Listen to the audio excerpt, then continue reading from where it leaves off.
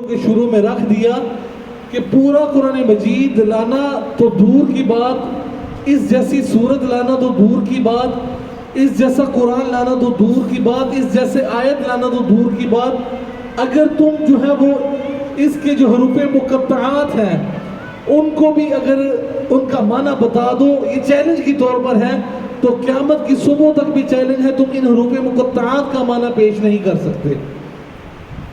تو بطور چیلنج اللہ نے کئی صورتوں کے شروع میں ان کو ذکر کیا۔ اس کی دلیل آپ نوٹ کریں کہ قرآن مجید میں جن صورتوں کے شروع میں ان حروف مقطعات کو ذکر کیا گیا، آگے قرآن مجید کی شان کا، قرآن مجید کی فضیلت کا ذکر کیا گیا، جیسے الف لام میم ذالک الکتاب لا ریب فیہ، پھر قرآن مجید کا ذکر آ گیا۔ آل عمران کی شروع میں جائیں، الف لام میم اللہ لا الہ الا هو الحی القیوم نزل علیک الکتاب بالحق مصدقا لما بین یدیہ، پھر کتاب قرآن مجید کا ذکر ہو گیا۔ یاسین والقرآن الحکیم قرآن مجید کا ذکر ہو گیا۔ طٰہ ما انزلنا علیک القرآن لتشقی قرآن مجید کا ذکر ہو گیا۔ قاف والقرآن المجید قرآن مجید کا ذکر۔ صاد والقرآن ذی الذکر قرآن مجید کا ذکر۔ تو اکثر صورتوں کے شروع میں جہاں حروف مقطعات کا ذکر کیا، وہاں قرآن مجید کی فضیلت اور شان کا ذکر کیا گیا کہ تم قرآن مجید کی شان اور فضیلت کو نہیں پا سکتے جب تک اپنے دل سے ضد اور عناد نہیں نکالو گے۔ تو اللہ نے صورتوں کے شروع میں بطور چیلنج حروف مقطعات کا ذکر کیا۔ باقی اس کے بارے میں بہت سی باتیں ہیں جو میں درس کی ابتدا میں کر چکا ہوں۔ اللہ فرماتے ہیں ذالک الکتاب لا ریب فیہ، یہ کتاب، ذالک یہ اس میں اشارہ ہے اور دور کے لیے استعمال ہوتا ہے عام طور پر، لیکن بعض مرتبہ یہ قریب کے لیے معنی بھی استعمال ہوتا ہے۔ ای ھذا الکتاب، یعنی یہ کتاب، اب یہ کتاب دور تو نہیں ہے، ہمارے نزدیک ہے۔ تو مفسرین نے لکھا ایک تو معنی ہوگا اس لحاظ سے، دوسرا ذالک یہ عظمت کے لیے ذکر کیا گیا۔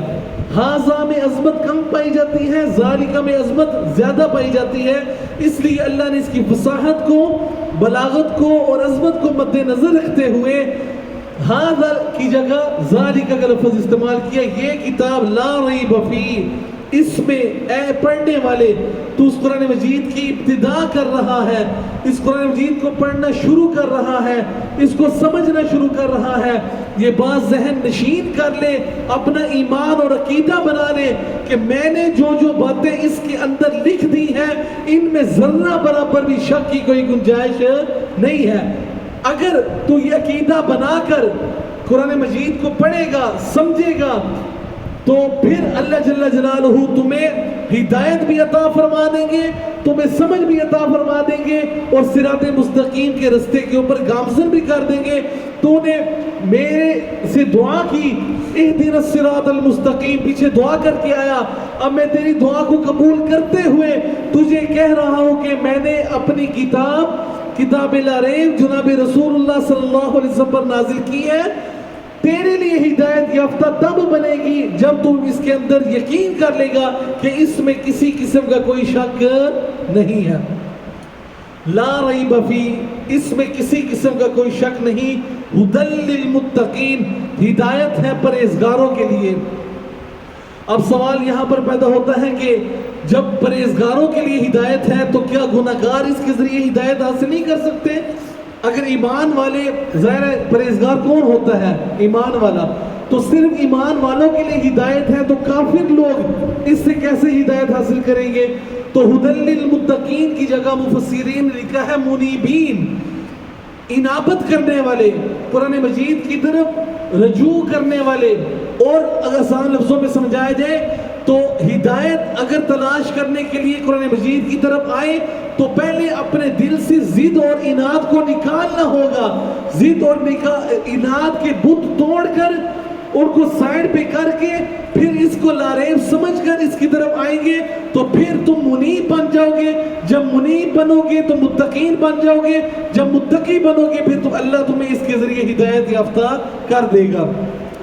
تو متقین کا معنی منیبین، رجوع کرنے والے، اپنے دل کو نرم رکھنے والے، ضد اور اناد کے بت توڑنے والے، جو معنی جس کو سمجھ میں آ رہے، ضد اور اناد کے بت نکال کر، اس کو لاریب سمجھ کر، اس کو اللہ کی کتاب سمجھ کر، رسول اللہ صلی اللہ علیہ وآلہ وسلم پر نازل ہونے والی آخری کتاب، جس طرح رسول اللہ صلی اللہ علیہ وسلم خاتم النبیین ہے، آپ کے بعد کسی نبی نے نہیں آنا، آپ کی یہ کتاب بھی آخری کتاب ہے، آخری آسمانی کتاب ہے، اس کے بعد کسی آسمانی کتاب نے نازل نہیں ہونا۔ ایک بات۔ دوسری بات، اس کتاب کے ہوتے ہوئے ہمیں ہدایت تلاش کرنے کے لیے کسی اور کتاب کو کھولنے کی ضرورت نہیں ہے، کسی اور کتاب کو پڑھنے کی ضرورت نہیں ہے۔ حضرت عمر فاروق رضی اللہ تعالیٰ عنہ کو ایک مرتبہ تورات کے چند صحیفے مل گئے، چند اوراق مل گئے، بڑے خوش ہوئے اور خوشی سے رسول اللہ صلی اللہ علیہ وسلم کے پاس آئے۔ آپ صلی اللہ علیہ وسلم کے پاس آتے ہوئے حضرت عمر امید یہ کر رہے تھے کہ جب میں یہ اوراق لے کر اپنے نبی کے پاس پہنچوں گا تو رسول اللہ صلی اللہ علیہ وسلم بہت خوشی کا اظہار فرمائیں گے، لیکن توقع کے خلاف ہوا۔ جب آپ صلی اللہ علیہ وسلم نے ان کے ہاتھ میں تورات کے اوراق دیکھے تو آپ کا چہرہ غصے سے سرخ ہو گیا۔ آپ نے فرمایا، عمر، میری کتاب کے بعد ہدایت تلاش کرنے کے لیے کسی اور کتاب کو اٹھانے کی ضرورت نہیں ہے، یہ کتاب باقی کتابوں کے لیے ناسخ بن کر آئی ہے، یہ کتاب باقی کتابیں منسوخ ہو چکی ہیں۔ قیامت کی صبح تک جو بندہ ہدایت کے متلاشی ہے، اس کو چاہیے کہ میری کتاب لاریب کو اٹھا کر پڑھ لے، اس کو ہدایت مل جائے گی۔ تو بات سمجھ میں آ رہی ہے؟ ضد اور اناد نکالنا ہوگا۔ جب ضد اور اناد نکالیں گے پھر انشاءاللہ العزیز قرآن مجید کے بہت سارے مسائل ہمیں سمجھ میں آنا شروع ہو جائیں گے۔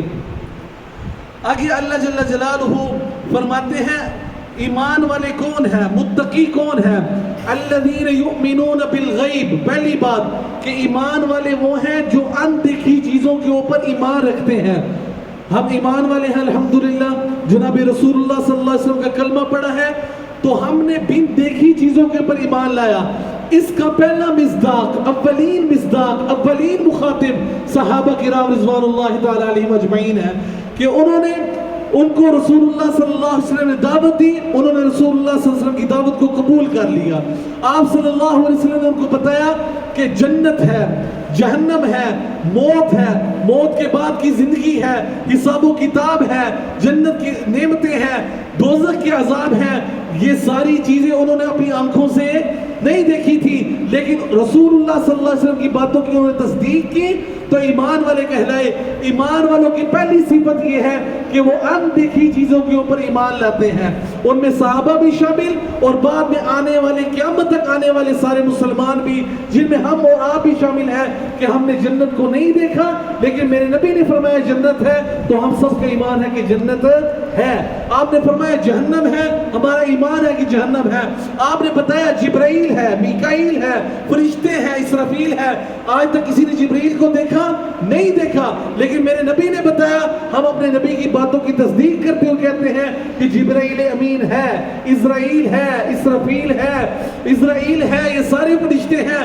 ہم نے ساری زندگی ان کو نہ دیکھنا ہے نہ دیکھیں گے، لیکن ہمارا ایمان ہے۔ آپ نے فرمایا جہنم ہے، ہم نے جہنم کے اوپر ایمان لایا۔ آپ نے فرمایا موت کے بعد کی زندگی ہے، یہ معاملات ہوں گے، ہم نے اس کے اوپر ایمان رکھا۔ تو ایمان والوں کی پہلی صفت یہ ہے کہ وہ اندیکھی چیزوں کے اوپر ایمان رکھتے ہیں۔ وَيُقِيمُونَ الصَّلَاةَ۔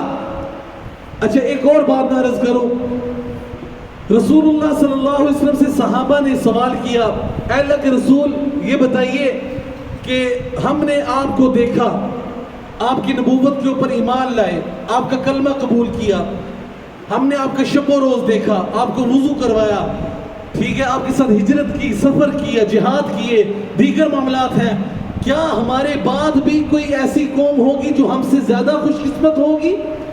تو آپ صلی اللہ علیہ وسلم، تفسیر ابن کثیر میں یہ ساری بات درج ہے، آپ صلی اللہ علیہ وسلم نے فرمایا کہ جی ہاں، تمہارے بعد ایک ایسی قوم ہوگی میری امت میں سے کہ جو تم سے زیادہ خوش قسمت ہوگی۔ صحابہ نے سوال کیا کہ ہم سے زیادہ خوش قسمت کون ہوگا؟ ہم نے تو آپ کے ساتھ ساری زندگی گزار دی، آپ کے ایمان لے کر آئے، آپ کے لیے ہم جہاد کے لیے نکلے، آپ کے ساتھ جو ہے وہ کفار کی ظلم برداشت کیے، بہت سارے معاملات ہیں۔ آپ نے فرمایا بالکل بات ٹھیک ہے، سارے معاملات اپنی جگہ پر، لیکن تم سے بعد آنے والے لوگ مجھ پر ایمان لائیں گے جبکہ انہوں نے مجھے دیکھا نہیں ہوگا، میری کتاب کے اوپر ایمان لائیں گے جبکہ انہوں نے وحی کو اترتے ہوئے نہیں دیکھا ہوگا، دیگر چیزوں پر بھی جو ایمان کے اندر شامل ہیں ان پر بھی ایمان لائیں گے حالانکہ انہوں نے میری زبان سے سنی نہیں ہوگی۔ تم نے تو وحی کو اترتے ہوئے دیکھا، تم نے میری زیارت کی، ایک لحاظ سے تمہارا درجے کو کوئی نہیں پہنچ سکتا، لیکن وہ اس لحاظ سے افضل ہے کہ انہوں نے مجھے نہیں دیکھا لیکن مجھے بغیر دیکھے وہ مجھ پر ایمان رکھتے ہوں گے، وہ بغیر دیکھے مجھ سے محبت کرتے ہوں گے۔ انہوں نے وحی کا نزول ہوتے ہوئے کئی صحابہ دیکھتے تھے کہ آپ صلی اللہ علیہ وسلم بیٹھے ہیں مجلس میں، جبرائیل امین وحی لے کر آ گیا، ٹھیک ہے، تو صحابہ نے وحی کے سارے معاملات دیکھے، ہم نے وحی کو اترتے ہوئے نہیں دیکھا۔ تو اس لحاظ سے حدیث میں ہے جی وحی نازل ہوتی تھی، ایسے ہوتی تھی، ہم نے ایمان رکھ لیا جی بالکل ٹھیک ہے، ایسے ہوتی تھی، صحابہ نے ہمیں بتلا دیا۔ ہم اس لحاظ سے خوش قسمت ہے کہ ہم نے وہ سارے ادوار، مکی دور، مدنی دور، یہ سارے معاملات نہیں دیکھے، اس کے باوجود ہم ان ساری چیزوں پر ایمان رکھتے ہیں، اس لیے ہم اس لحاظ سے بھی خوش قسمت ہیں۔ ایمان والوں کی دوسری صفت یہ ہے یقیمون الصلاۃ، وہ نماز کو قائم کرتے ہیں، یعنی حافظوا علی الصلوات، نماز کی حفاظت کرتے ہیں۔ اب یہ بہت بڑی خوش قسمتی کی بات ہے کہ ایک بندہ جو ہے وہ اپنی نمازوں کی حفاظت کرتا ہے، اچھے طریقے سے وضو کرتا ہے، وضو کرنے کے بعد پھر جو ہے وہ آ کر نماز پڑھتا ہے، اس کے رکوع اور سجود تمام طریقے سے ادا کرتا ہے، تو نماز قائم کرنے والوں میں یہ لوگ شامل ہیں۔ یہ مومنین کی دوسری صفت ہے، متقین کی۔ اور تیسری صفت یہ ہے کہ اللہ نے جو رزق دیا وَمِمَّا رَزَقْنَاهُمْ يُنْفِقُونَ، اللہ فرماتے ہیں ہم نے جو رزق دیا اس میں سے خرچ کرتے ہیں۔ اس میں پہلی بات تو یہ ہے کہ اللہ نے بتایا کہ یہ جو دیا ہوا مال ہے یہ میرا ہے، تمہارا، اس کو کبھی بھی اپنا نہیں سمجھنا۔ کسی کے پاس مال و دولت آ گیا، کوٹھیاں آ گئی، بنگلے آ گئے، کاریں آ گئی، مال و زر آ گیا، تو اب اس کو یہ مت سمجھے کہ یہ میرا ہو گیا، کیوں؟ اگر میں عطا کر سکتا ہوں تو میں واپس لے بھی سکتا ہوں۔ آپ نے تاریخ نہیں پڑھی کہ کتنے بادشاہ تھے جن کو اللہ نے گداگر بنا دیا؟ بادشاہ تھے، حکومتیں کرنے والے تھے، لیکن ایک وقت آیا کہ ان کے پاس کچھ بھی نہیں بچا، اور کچھ ایسے فقراء تھے جن کے پاس کھانے کو کچھ نہیں تھا، اللہ نے ان کو اتنا کچھ عطا کر دیا کہ آج وہ بلند و بالا عالی شان بلڈنگوں کے مالک بن گئے۔ یہ اللہ کی عطا ہے، اللہ جسے چاہے دے دے، جسے چاہے لے لے۔ مالک الملک تؤتی الملک ممن تشاء وتنزع الملک ممن تشاء، وہ جس سے چاہے بادشاہت لے لے اور جس کو چاہے بادشاہت دے دے، یہ اس کے ہاتھ میں ہے، کوئی اس کو پوچھ سکتا نہیں ہے، یہ خیر اسی کے ہاتھ میں ہے۔ اللہ جس کو چاہے فقیر بنا دے، جس کو چاہے بادشاہ بنا دے۔ اور قیامت کی نشانیوں میں سے بھی ایک نشانی ہے، وہ حدیث جبریل طلباء نے پڑھی ہے کہ وہ جبریل امین آیا سفید لباس کے اندر اور آپ کے سامنے دوزانو ہو کر بیٹھ گیا، اور آپ صلی اللہ علیہ وسلم سے چند سوالات کیے، اور آخری سوال اس نے کیا کیا کہ قیامت کب آئے گی؟ تو آپ نے فرمایا کہ مل مسئول بعلم من السائل، کہ مسئول سائل سے زیادہ نہیں جانتا، جتنا علم قیامت کا تیرے کو ہے اتنا میرے کو ہے، یعنی دونوں کو پتہ ہے کہ قیامت کب آئے گی کوئی معلوم نہیں ہے۔ تو جبرائیل امین نے سوال کیا کہ اس کی نشانیوں کے بارے میں بتا دیے، تو مختلف نشانیاں بتاتے ہوئے آپ نے فرمایا ان تلد الامۃ ربتها، لونڈی اپنے آقا کو جنم دے گی، اور تو دیکھے گا ننگے پاؤں، ننگے بدن، ننگے سر والے، بکریاں چرانے والے بلند و بالا بلڈنگوں کے مالک بن جائیں گے۔ یہ آپ نے نشانی بتائی۔ 2010 کے اندر ہم حرم کسین میں بیٹھے ہوئے تھے، تو وہاں پر ایک دوست آ گیا، اس نے بتایا کہ یہ جو زمزم ٹاور ہے یہ کس کا ہے؟ میں نے کہا مجھے کیا پتا کس کا ہے؟ تو اس نے تاریخ بتائی کہ ان کے آباء و اجداد، اس بلڈنگ کا جو مالک ہے اس کا دادا بکریاں چراتا تھا، اور اس کے پاس کھانے پینے کو کچھ نہیں تھا، ننگا سر، کپڑے پہننے کو نہیں ہوتے تھے، بکریاں چرایا کرتے تھے، دودھ بیچ کر اپنا گزارا کرتے تھے، اور آج پوتا بلند و بالا عمارت کا مالک بن گیا. تو فوراً میرے ذہن میں یہ حدیث آئی کہ یہ تو قیامت کی نشانی ہے کہ آپ نے فرمایا ننگے سر ننگے بدن ننگے پاؤں والے جن کے پاس کھانے پینے کو کچھ نہیں ہوگا، لیکن ہوگا کیا، اچانک ان کے پاس مال آ جائے گا اور عالیشان بلڈنگوں کے وہ مالک بن جائیں گے. عرب کی تاریخ کیا ہے؟ آپ 50 سال 60 سال 100 سال پیچھے چلے جائیں، یہ جو آج کل شاہ بنے ہوئے ہیں حکمرانی کر رہے ہیں وہاں پر، ان کی تاریخ دیکھیں، ان کے اباء و اجداد اونٹ چرایا کرتے تھے، بکری چرایا کرتے تھے، آج اللہ نے ان کو بادشاہت عطا کر دی. تو یہ اللہ کی دین ہے، جس کو چاہے بادشاہت دے دے، جس سے چاہے بادشاہت لے لے. تو عرض یہ کر رہا ہوں کہ اللہ نے فرمایا کہ یہ جو میں نے تمہیں دیا ہوا ہے، چاہے بادشاہت کی صورت میں ہے، مال کی صورت میں ہے، اولاد کی صورت میں ہے، دیگر وسائل کی صورت میں ہے، ہم نے دیا، یہ تمہارا نہیں ہے. ہم دے سکتے ہیں تو واپس بھی لے سکتے ہیں، جب میں چاہوں دوں، جب میں چاہوں لے لوں، لیکن میرے دیے ہوئے میں سے خرچ کرنا یہ متقین کی صفت ہے. وَمِمَّا رَزَقْنَاهُمْ يُنْفِقُونَ 3 صفات ہوگی. ایک اندیکھی چیزوں پر ایمان لانا، نماز قائم کرنا، اور تیسرا اللہ کے دیے ہوئے میں سے کیا کرنا بھائی؟ خرچ کرنا. شاباش. وَالَّذِينَ يُؤْمِنُونَ بِمَا أُنزِلَ إِلَيْكَ وَمَا أُنزِلَ مِن قَبْلِكَ. متقین کی چوتھی صفت یہ ہے کہ جو اللہ تعالیٰ نے قرآن مجید کی صورت میں جناب رسول اللہ صلی اللہ علیہ وسلم پر نازل کیا اس پر بھی ایمان لاتے ہیں. اور آپ صلی اللہ علیہ وسلم سے پہلے جتنے صحیفے نازل کیے، تورات ہے، زبور ہے، انجیل ہے، اور اس کے علاوہ 100 چھوٹے چھوٹے صحیفے مختلف انبیاء کے اوپر نازل کیے، ٹوٹل 104 بنتے ہیں. وہ 100 تورات، زبور، انجیل اور قرآن مجید. ٹھیک ہے، قرآن مجید سے پہلے 103 تورات، زبور اور انجیل اور 100 صحیفے، یہ پہلے انبیاء پر نازل ہوئے، اور قرآن مجید جناب رسول اللہ صلی اللہ علیہ وسلم پر نازل کیا. متقین کی صفت یہ ہے کہ وہ اس چیز پر بھی ایمان لاتے ہیں جو ہم نے آپ پر نازل کی، یعنی جناب رسول اللہ صلی اللہ علیہ وسلم پر، اور آپ سے پہلے جو نازل کی ان کے اوپر بھی ایمان لاتے ہیں، یعنی تورات، زبور اور انجیل اور دیگر چھوٹے چھوٹے آسمانی صحائف، ان کے اوپر بھی ایمان رکھنا ہمارا ایمان کا حصہ ہے. یاد رکھنا، تورات اگرچہ اس وقت قابل عمل نہیں ہے، زبور اس وقت قابل عمل نہیں ہے، دیگر آسمانی کتابیں اس وقت قابل عمل نہیں ہے، لیکن وہ ہمارے ایمان کا حصہ ہے. ہم ان کے اوپر ایمان رکھتے ہیں. جس طرح انبیاء میں سے حضرت آدم اس وقت نہیں ہے، نہ ان کی نبوت ہے، نہ دیگر انبیاء ہے. حضرت عیسیٰ بھی آئیں گے لیکن وہ رسول اللہ صلی اللہ علیہ وسلم کی امتی بن کر آئیں گے. دیگر انبیاء کی نبوت رسول اللہ صلی اللہ علیہ وسلم کی نبوت کے بعد ختم ہو چکی ہے، لیکن تمام انبیاء پر ایمان رکھنا ہمارے ایمان کا حصہ ہے. جیسے ہم کہتے ہیں آمنت باللہ وملائکتہ وکتبہ ورسلہ، سارے انبیاء 1,24,000 انبیاء، سب کے اوپر ایمان رکھنا ہمارے ایمان کا حصہ ہے، لازم ہے. اسی طرح قرآن مجید سے پہلے نازل ہونے والی کتابیں بھی، ان پر ایمان رکھنا بھی ہمارے ایمان کا حصہ ہے. تو یہ منیبین کی چوتھی صفت ہوگی. اور آخری صفت یہ ہے، بات ختم کرنے لگا ہوں، وَبِالْآخِرَةِ هُمْ يُوقِنُونَ. متقین لوگ وہ ہیں جو مرنے کے بعد کی زندگی کے اوپر دوبارہ یقین بھی رکھتے ہیں کہ ہم نے مرنا ہے، مرنے کے بعد جب قیامت برپا ہوگی تو ہمیں اپنی قبروں سے اٹھایا جائے گا اور ہمیں اٹھا کر اپنے رب کے حضور پیش ہونا ہے، اور اپنے کیے گئے اعمال کا ہمیں حساب و کتاب دینا ہے کہ ہم نے جو نیک اعمال کیے اس کا انعام اللہ سے ملے گا، جو بد اعمال کیے ان کی سزا ملے گی. اگر کافر ہے تو جہنم کے اندر جائے گا، اور اگر مومن ہے تو جنت کے اندر جائے گا.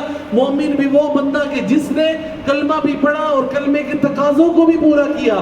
صرف کلمہ پڑھنا کافی نہیں ہے، زبان سے پڑھ لیا لا الہ الا اللہ محمد رسول اللہ، لیکن اس کے کلمے کے تقاضوں کو پورا نہیں کیا. لا الہ الا اللہ بھی پڑھتا رہا اور غیر اللہ کی نظر و نیازیں بھی دیتا رہا، لا الہ الا اللہ بھی پڑھتا رہا، قبروں کی پوجا پاٹ بھی کرتا رہا، لا الہ الا اللہ بھی پڑھتا رہا، اور بکرے چھترے کسی اور کے نام پر بھی ذبح کرتا رہا. لا الہ الا اللہ پڑھنا ہے، لا الہ الا اللہ کے تقاضوں کو بھی پورا کرنا ہے. لا الہ الا اللہ کے تقاضے پورے کیے تو پھر آپ نے فرمایا من قال لا الہ الا اللہ خالصا من قلبہ دخل الجنہ. جس نے خلوص دل کے ساتھ لا الہ الا اللہ پڑھ لیا، اللہ اس کو جنت کے اندر داخل فرما دیں گے. تو یہ آخرت کا یقین کہ آخرت ہے، حساب و کتاب ہے، میزان ہے، وہاں انصاف ہوگا، وہاں زیادتی نہیں ہوگی۔ اگر میں دنیا کے اندر کسی کے اوپر ظلم کروں گا تو قیامت کے دن میں نے اللہ کے حضور پیش ہو کر اس ظلم کے جواب دہ ہونا ہوگا، اور جب تک میں ان چیزوں کا جواب دہ نہیں ہوں گا اس وقت تک میں اپنی جگہ سے ہل نہیں سکتا۔ ایک مومن کی شان یہ ہے، متقی کی شان یہ ہے کہ وہ اپنی آخرت کی زندگی کو مد نظر رکھے۔ وہ یہ رکھے کہ بھئی دنیا کی زندگی تو عارضی ہے، چند روزہ ہے، آج نہیں تو کل ختم ہو جائے گی، لیکن آخرت کی زندگی دائمی ہمیشہ کی ہے جو کبھی بھی ختم نہیں ہوگی۔ یہاں بیماریاں ہیں، یہاں مسائل ہیں، مشکلات ہیں، پریشانیاں ہیں، لیکن آخرت کی زندگی میں ایسے مسائل نہیں ہوں گے۔ جنت کے اندر چلے گئے بیماری ختم، جنت کے اندر چلے گئے مشکلات ختم، جنت کے اندر چلے گئے پریشانیاں ختم، جنت کے اندر چلے گئے موت کا ڈر ختم۔ یہاں پر بندہ رہتا ہے کہ بھائی پتہ نہیں کس وقت نمبر لگ جائے، پریشان ہوتا ہے بندہ گاڑی میں بیٹھتا ہے، بندہ کہتا ہے کہ پتہ نہیں آج کل کتنے ایکسیڈنٹ ہو رہے ہیں، ایکسیڈنٹ ہی نہ ہو جائے۔ موت کا خوف لڑکھڑا اور ہر وقت جاری رہتا ہے کہ بھائی اللہ نے بتایا تو نہیں بندہ کب جائے گا، لیکن آخرت کی زندگی میں ایسا نہیں ہوگا، وہاں جنت کی نعمتیں ہوگی، اور جب آخرت برپا ہو جائے گی تو اس کے بعد حساب و کتاب ہوگا۔ ان سارے معاملات کے اوپر یقین رکھنا بھی ایک مومن متقی کی صفت ہے۔ تو مومنین کی کتنی صفات ہوگی؟ بولے بھائی، فضل خدا صادر شد، خواندہ نہ خواندہ برابر شد۔ وہ میں آپ کو لطیفہ بھی سنا دیتا ہوں۔ وہ ایک شاگرد تھا نا، روز اپنے استاد کی ہر بات کو لکھتا تھا، تو استاد اس کو کہتے تھے کہ یار اپنا دماغ بھی تھوڑا سا استعمال کر لے، ہر بات کو نوٹ کرتے رہتے ہو۔ اس نے کہا نہیں استاد جی میں یہ نوٹ کرتا ہوں، یہ آپ سارے مسائل پڑھا رہے ہیں، جب میں اپنے گاؤں میں چلا جاؤں گا نا مجھ سے کوئی بندہ مسئلہ پوچھ لے گا، میں کاپی کھول کر اس کو مسئلہ بتا دوں گا، مجھے دماغ استعمال کرنے کی کون سی ضرورت ہے۔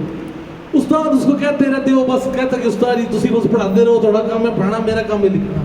وہ لکھتا رہا، جب پڑھ کے فارغ ہوا مولوی بن گیا، ڈھیر ساری کتابوں کو اس نے کاپیوں کے ڈھیر لگایا ہوا۔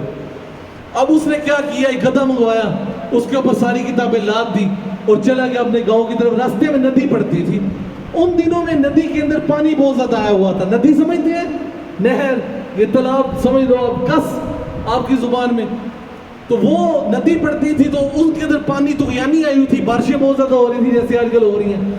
تو اس نے جب اپنے گدھے کو وہاں سے درمیان سے گزارا تو وزن زیادہ ہونے کی وجہ سے اور پانی کے دباؤ کی وجہ سے گدھا وہیں پر بیٹھ گیا۔ سمجھا کی بات؟ اور جب بیٹھا تو سیاہی اس کے پانی کے اوپر پھیری، وہ ہر چیز روڑ راڑ کے لے گئی۔ اب روتا ہوا استاد صاحب کے پاس آیا، استاد صاحب کو بتایا تو استادوں نے کہا بس کیا کریں، فضل خدا صادر شد، خواندہ نہ خواندہ برابر شد۔ خدا کا فضل آ گیا، پڑھا اور نہ پڑھا سارے برابر ہو گیا۔ میں آدھا گھنٹہ ہو گیا چڑھ کے تو سارے برابر۔ اور متقین کی 5 صفات ہیں، کتنی؟ سارے بولو۔ آپ گھر سے آ جاؤ یار، آپ گھر سے آ چکے ہیں، جسمانی طور پر آ چکے ہیں، البتہ روحانی طور پر آتے آتے 3-4 دن لگ جائیں گے، لیکن کوئی بات نہیں، میں آپ کے غم میں برابر کا شریک ہوں۔ مجھے بھی پتا ہے بڑی تکلیف ہوتی ہے جب بندہ گھر سے جاتا ہے 18-20 چھٹیاں گزارنے کے بعد مدرسے پہنچتا ہے تو مدرسہ بھی پرایا لگتا ہے، استاد بھی استاد نہیں لگتا، پتہ لگتا ہے کہ وہ ظالم بندہ جا رہا ہے۔ کوئی بات نہیں یار، اللہ خیر کرے گا، 2-3-4 دن میں دل لگ جائے گا، ٹھیک ہے، آپ کے ساتھ ہم انشاءاللہ، ٹھیک ہے، دل لگ جائے گا۔ جسمانی طور پر آ چکے، روحانی طور پر بھی آ جائے۔ کتنی صفات ہیں مومنین کی؟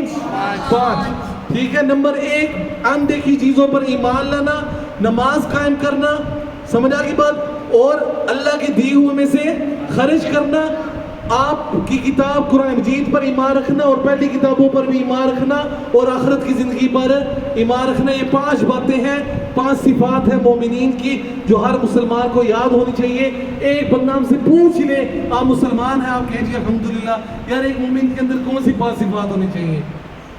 ٹھیک ہے، یہ ماحول ہمارے ہاں نہیں ہے، لیکن آپ ثوابی کے اندر جائیں، وہاں پر ماحول ہے۔ ایک چھوٹا بچہ اس سے گزرتے ہوئے پوچھے بھئی فلاں سورت کا خلاصہ سنا دو، وہ آپ کو سنا دے گا۔ فلاں آیت کا خلاصہ سنا دو، سنا دے گا۔ فلاں سورت کا خلاصہ سنا دو، سنا دے گا۔ فلاں آیت کا ترجمہ سنا دو، وہ سنا دے گا۔ تفسیر سنا دو، سنا دے گا، کیونکہ ماحول کی بات ہے۔ ہم نے ماحول بنایا نہیں، ماحول بنانے سے بنتا ہے، کوئی بھی ماحول بنا لو۔ تو یہ اگر ہم پوچھنا شروع کر دیں، میں نے اپنے دادا مرحوم کے بارے میں سنا ہے کہ ان کے درس میں جو بچے بیٹھتے تھے، استاد موجود ہے قاری صاحب، میں نے قاری صاحب سے سنا کہ جو لوگ بیٹھتے تھے بچے بھی طالب علم، تو وہ ان سے پوچھ لیتے تھے کہ ہاں بھی کل میں نے کیا بیان کیا، یا ابھی جو میں نے بیان کیا بتا دو. تو چلو میں وہ نہیں کرتا کہ آپ کو بھی پوچھنا شروع کر دوں، لیکن اتنا ہونا چاہیے کہ آپ یہاں پر جب آئے ہیں تو آپ کو پتہ ہونا چاہیے کہ کیا لے کر جا رہے ہیں. مجھے بھی فائدہ ہو آنے کا کہ بھئی میں کیا پڑھا رہا ہوں. اگر میری وجہ سے کسی ایک بندے کو قرآن مجید کی صحیح سمجھ آ جاتی ہے تو میں اس کو اپنے لیے نجات کا باعث سمجھتا ہوں. اللہ تعالیٰ میرے ٹوٹے پھوٹے کلمات کو اپنی برکات میں قبول فرما لے. الحمدللہ رب العالمین.